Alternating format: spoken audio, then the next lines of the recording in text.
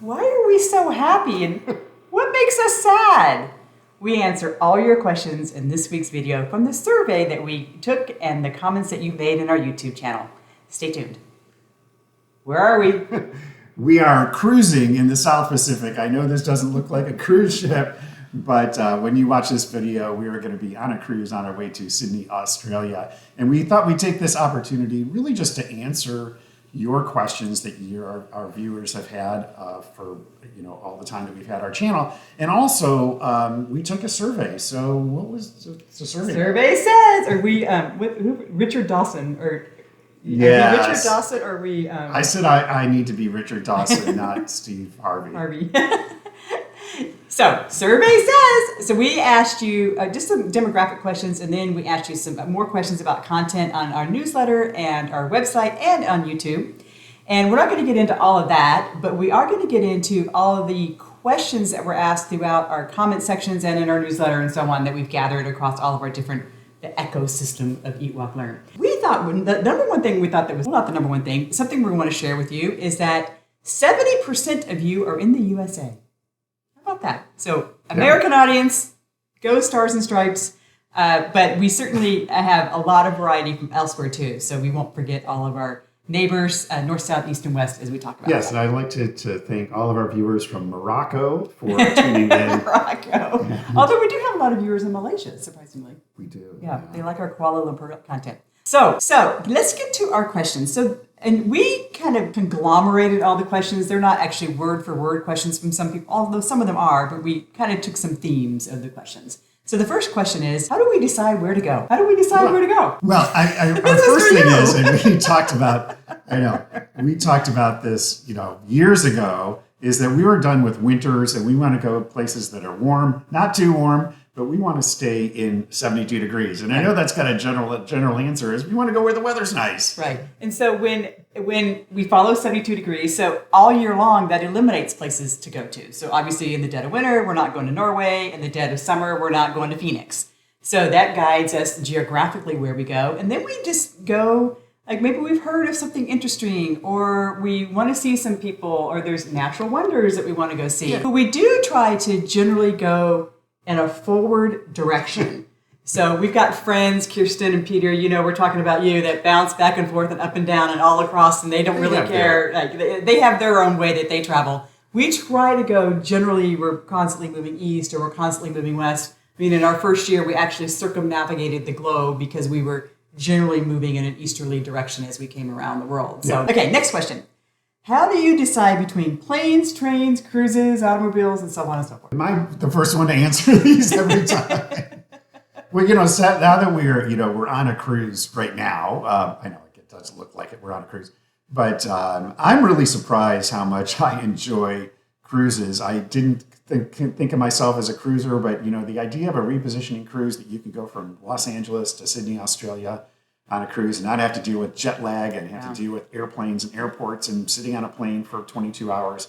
22 would be short flight. Well, you get to Fiji. We wouldn't make it all the way there. But yeah, so and we want to go economical ways. So we typically do not rent cars. We've done that a couple of times. But usually we don't rent cars. We're going to take trains. We're going to take buses. Right. Right now we're on a boat. Right. And we use repositioning cruises to go from continent to continent. Right. We're not really big cruisers for start in LA, end up in LA. We go one direction. Another way that we decide on where we want to go, we actually price things out and see what makes sense, and generally go for the cheapest or the least amount of points, but not necessarily. Sometimes sometimes we just decide to take the train because the train sounds fun as opposed to the bus or something like that. Okay. All right. Where should I go? We get this question all the time. Where should I go? Like it's a personal, like someone's personally asking us for advice on where they should go. Well, what do you like? Where do you want to? Is there some place you've heard about? Is there a food you want to try? Is there something you want to see? Is there a country you just want to count?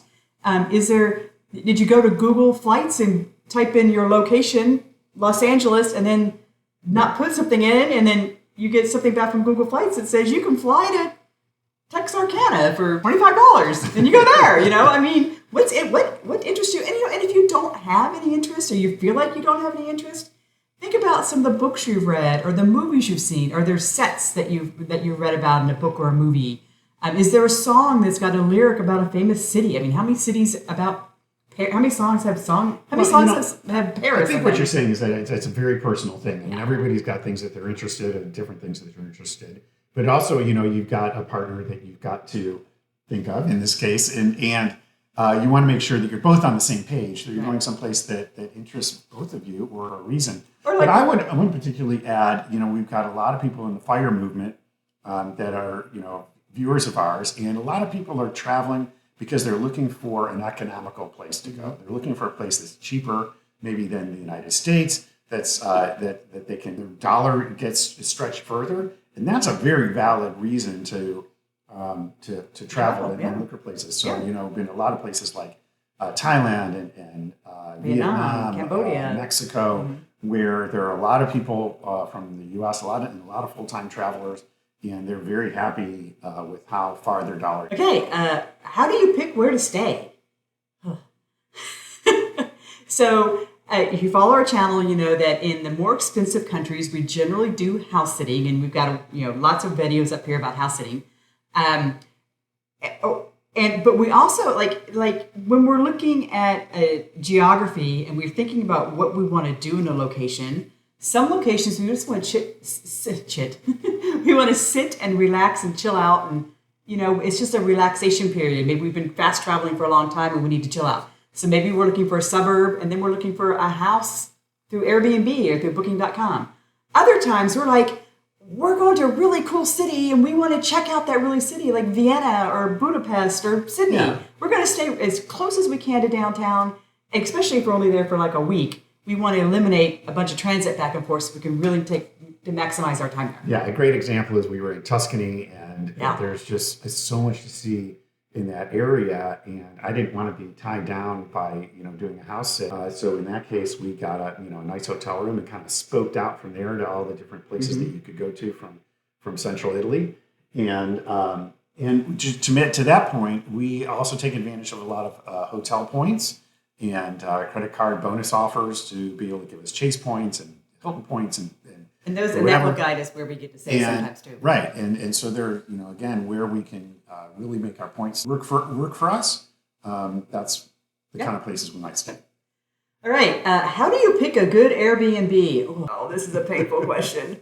So first of all, we haven't been booking on Airbnb very much anymore. We book on Booking.com more often now than Airbnb because we find that even though the same properties might be listed in both places, Booking.com seems to have better cancellation policies and return policies than Airbnb. But I don't think that's the question. I think it's like you're going to a city, you go into Airbnb, you put in Chicago and the dates, and you get a list of 300 things. How do you pick in the 300 things? Yeah. And that's tough, especially if it's a city that we've never been to. We have no idea where we want to go to. You can tell by looking at the prices and looking at the heat map of, it's closer to central city, that prices are higher. They could be astronomical. So sometimes we'll look for, what if we're a little bit outside the city, central city area?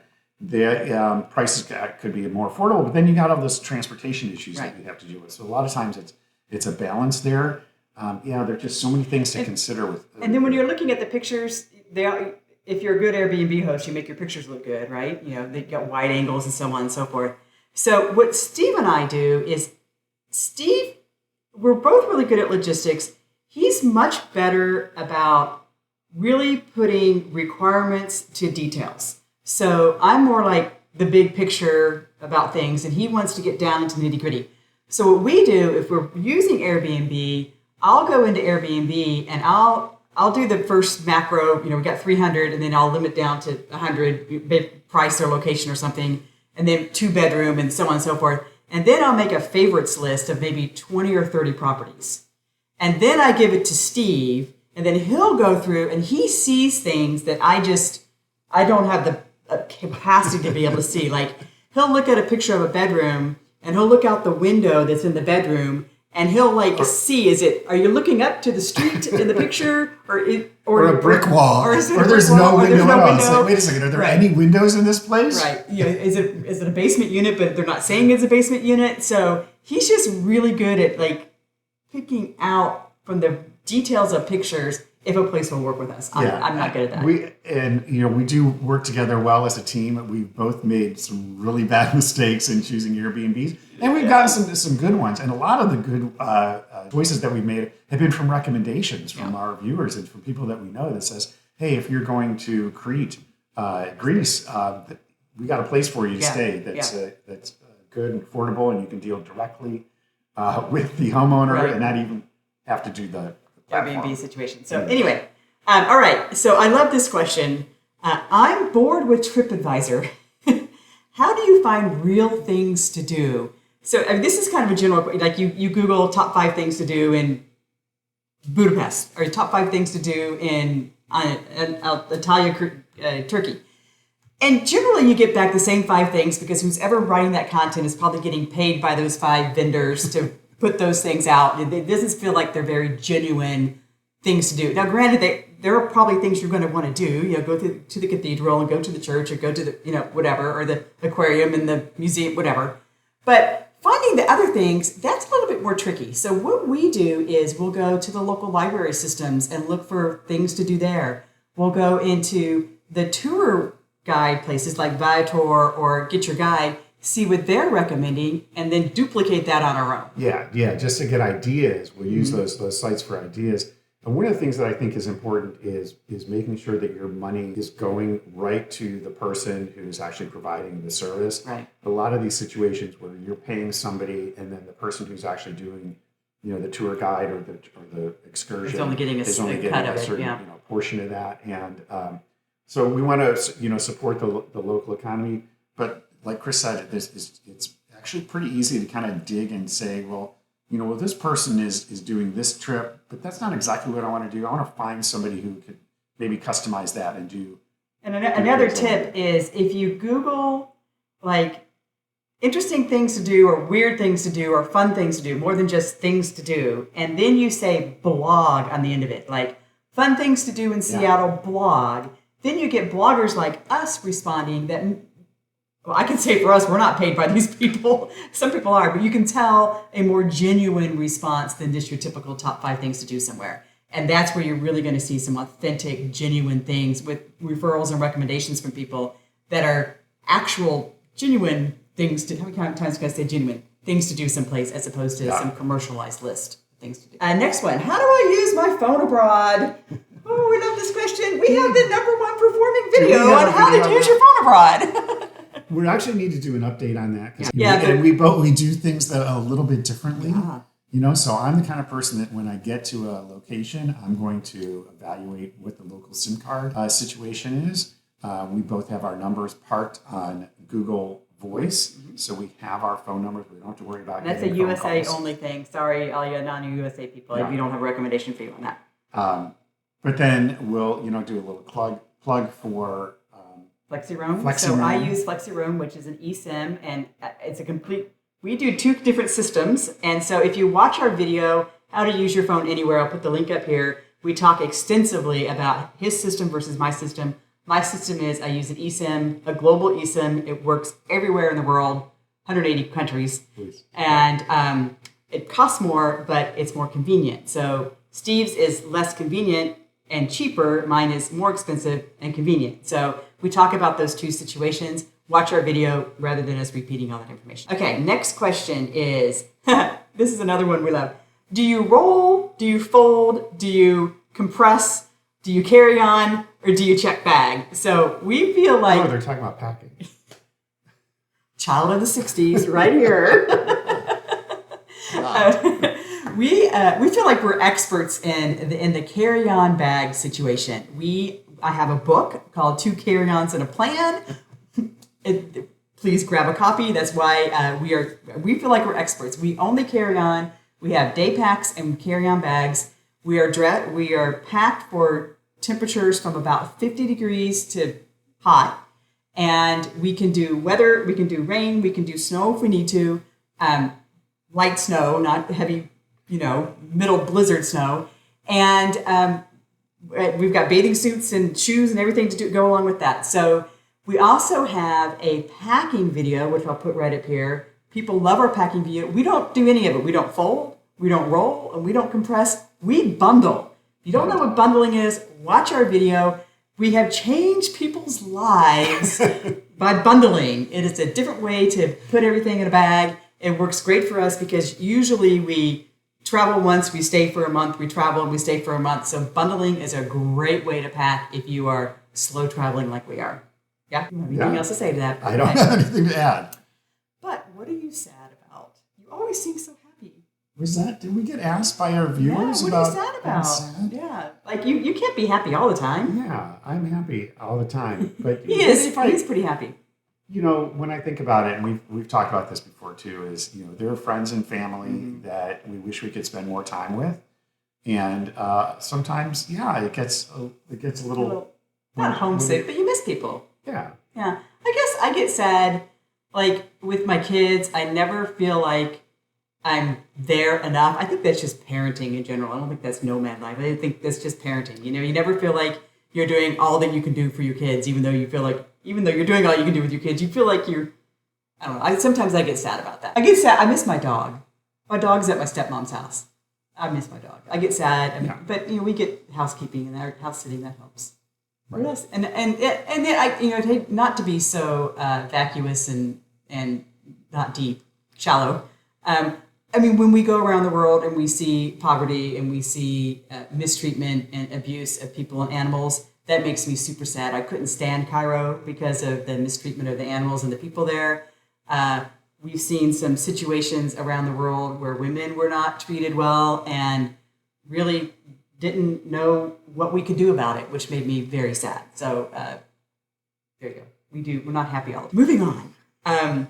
How do you find your house sits and do they ever go wrong? Well, house sits do go wrong very seldomly, but they do go wrong. And you can have a plan B. And considering that a house sit is essentially your accommodations are paid for, then if something, does happen, well, you're out. Yeah. But all you have to do is okay, I guess I need to use some hotel points or I need to pay for a hotel room or something like that. Or I need to find an Airbnb. But we use trusted house sitters, and there is a guarantee in trusted house sitters. I think it's if either one of you cancel, and I think it's 2 weeks. Just double check the guidelines for me. But if you are a premium member at Trusted House Sitters and you get canceled on, they'll pay for your hotel room or they give a per diem for a certain amount of nights.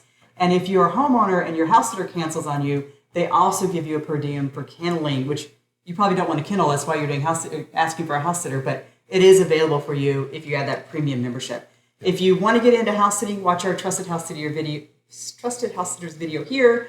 Also in the description, we'll put our referral code in there. You get free months and we get free months or something if you use the referral code, and we would appreciate if you would do that. Thank you very much. Same with our FlexiRoam eSIM for our phone. We'll put the link in the description on how to get like a half a meg free of data or something. Okay. Can I have a drink of your tequila? It's vodka. It's a big drink. Do you like my cup? Yeah, that's a pretty cup. It's mosaic. It's just got nice flowers on it. Yeah, it's mosaic. That's really pretty. Yeah. Okay. What are our? We've got. Let's look at some statistics. Okay. We asked you guys how old you are, and 39% of you are between 47 and 57. So I fall in that group. And 45% of you are 58 to 70, which is that group. And then everyone else, the remaining percentages are outliers on that number. So, okay. Number 11.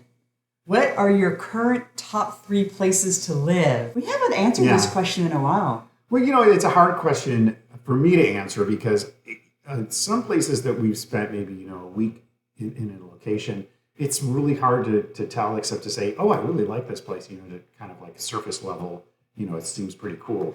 But we've stayed a number of places a month or more, and I think I could choose from some of the places that I would like to go back to and spend more time. Okay. Number one. Like Crete in Greece. Hania Crete. Crete. Okay, my number one would be, we're going to Australia. I know our list is going to change drastically in New Zealand, but until we get there, these are our top 3. Chiang Mai, Thailand. Okay. I will say Split, Croatia. She said top three. That's three. I really like Da Nang, Vietnam. Or Hoi An, Vietnam. Either one. They're right next door to each other. Yeah. I will go with Guadalajara, Mexico. Like Ajijic or Guadalajara itself? Well, I was going to say Ajijic or Chapala next to that it. area. Yeah. They're pretty close. Yeah. I haven't told you this, but I really like Dublin. We spend a lot of time in Dublin to go see our kid. It's becoming a city that's really easy to love. I'm going to put Dublin in. Okay. Yeah. Now, we need to take a look at visa considerations and all that stuff. We're not talking about residency and citizenship and all that, just the face value. Oh, what about Denia, Spain? Oh, yeah. Or Granada, Spain, okay. or the Algarve, Portugal. Oh, man. Yeah, Portugal, Portugal. This list just gets longer and longer. Okay. Does.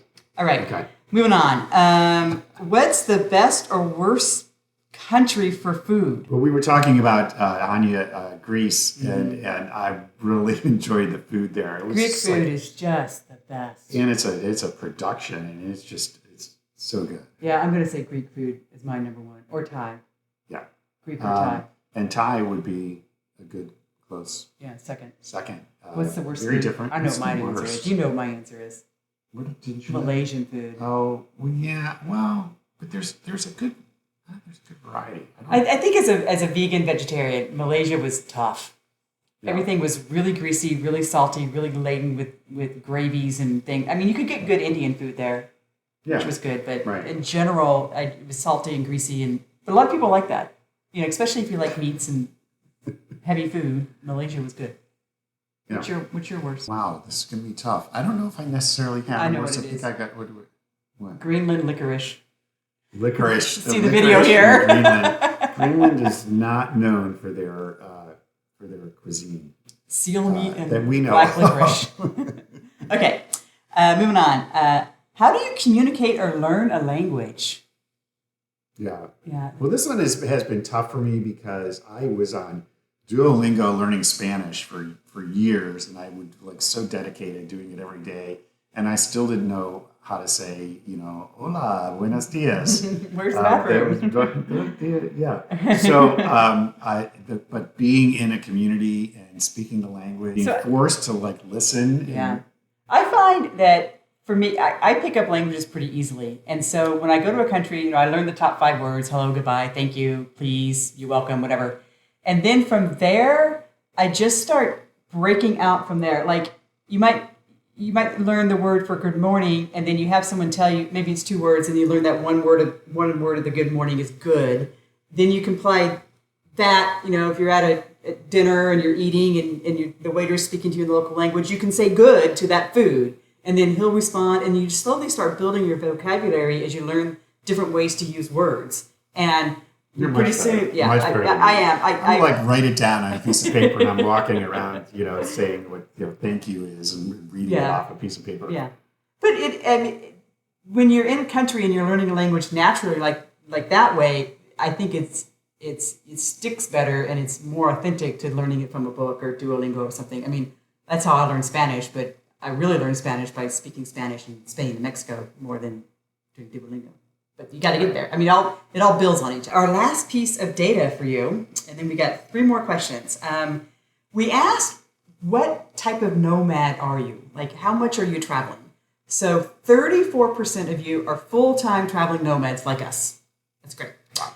Yeah, that's a lot. Yeah. 25% are part-time nomad. Maybe you still have a place at home and you travel 6 months of the year, 9 months of the year. You have some sort of base that you're going back and forth to. 22% are soon to be traveling. So you're watching us trying to get hints and tips and tricks on how to do nomad life and the inside scoop on nomad life. And then 13% of you are armchair nomads. Like you don't have any plan to be a nomad, but you like following along in the sell your house, join us. Voyeur nomadism. So that was kind of interesting, I thought. So all this, so a good 75% or so are some form of travel or about to. Okay, which Camino did you hike?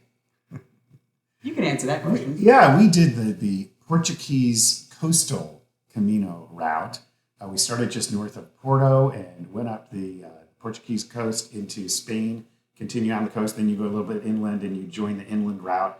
Anyways, fantastic. I would highly recommend it. Here's our video up here. We also have a blog post about all of the logistics and a spreadsheet that goes with that blog post of all how we broke down each segment, which hotels we stayed in, how much money we spent, how we Sherpa's not the right word, how we transported our luggage, and how much we ate along the way. So all of that is either in the video or we'll put it in the description, the blog post along with the spreadsheet. So if you haven't done the Camino de Santiago, you walk across Spain and Portugal, or France, Spain, and Portugal to get to Santiago, Spain. Number 15. What do you read and how do you get your books? This is a good question. I like this question. Yeah. Yeah, I mean, for those of you who are readers or you're not readers and you want to be a reader, it's hard to carry books around, and I don't carry books around. So one of the secrets is a little application called Libby. Libby. And that allows you to check books out from the local library, ebooks in an ebook format. And then what I do is I immediately transfer that into my Kindle app.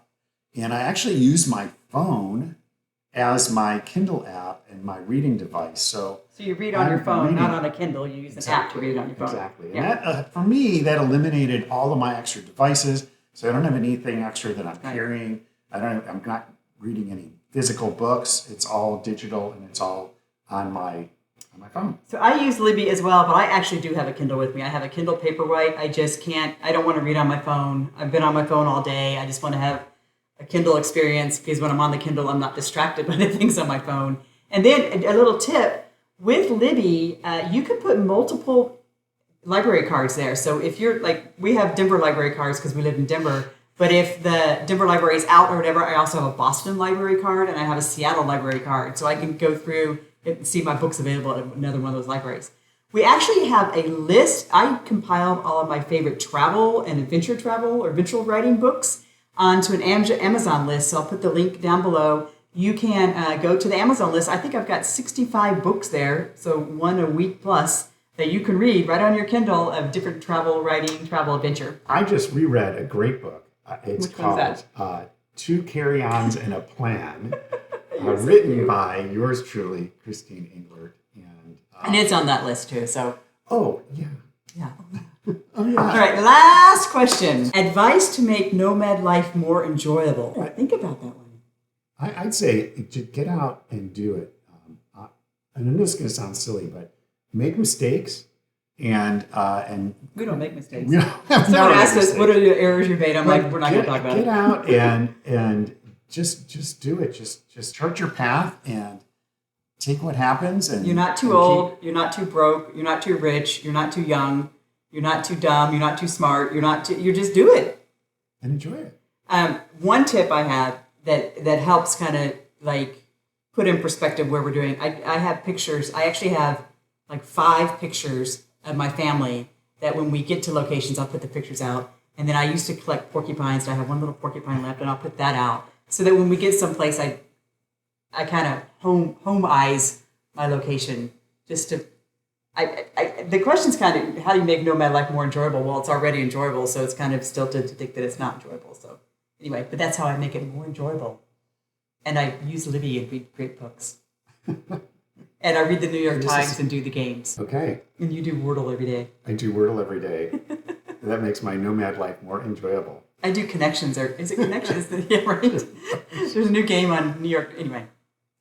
Those are the questions that you guys have asked us. If you have any more, right below, please comment on our questions because we're trying to formulate what videos to do in the future. And as you guys comment, that will generate what type of videos that you want to see that we do in the future, which was the whole moral to the survey, to ask you what you guys want to see in the future. Help us out. We want to make our channel as good as it possibly can be so that you guys keep on coming back. Make sure you've subscribed. Give us a like. We'll see you next week where we'll still be on our cruise. Ciao.